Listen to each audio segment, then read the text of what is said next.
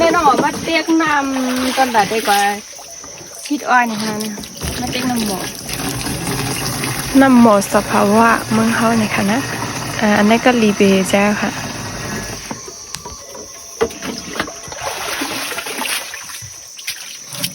เตรียมแล้วมึ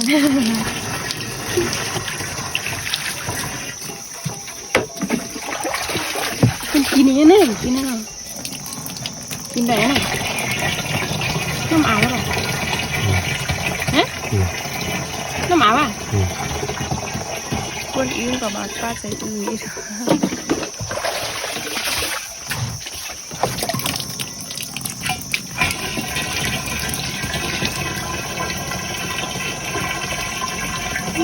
มันคือไปเตรียมนี่น่ะเตรียมมองกันเฮะ